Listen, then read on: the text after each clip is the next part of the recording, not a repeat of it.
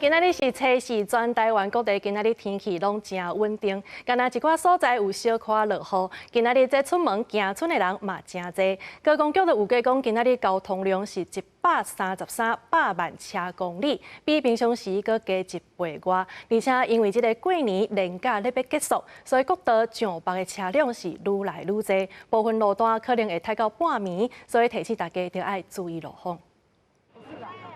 这个虽是台北的天气袂歹，真侪民众一早起就到东湖的落华公园赏樱花翕相。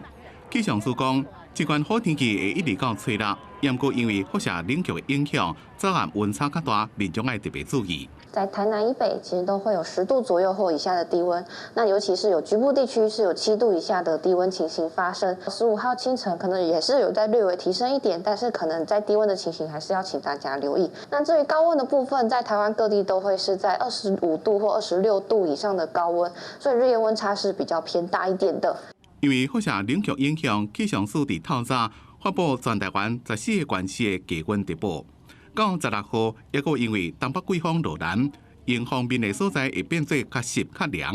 因也伫咧高速公路方面，各个上北的西里保盐系统，各省的德山、中兴、各个的宜兰、屏南，拢是重点会塞的路段。甚至这个路段可能会塞到半暝。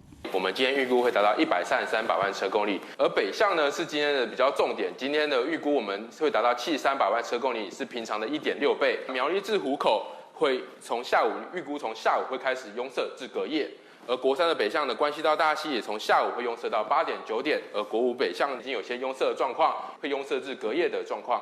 另外，伫今仔早起7点58分，花莲板营乡发生规模4.4的地震，花莲地区上大震度4级，也个大体有一寡班次受影响，造成限速1个慢分的情形。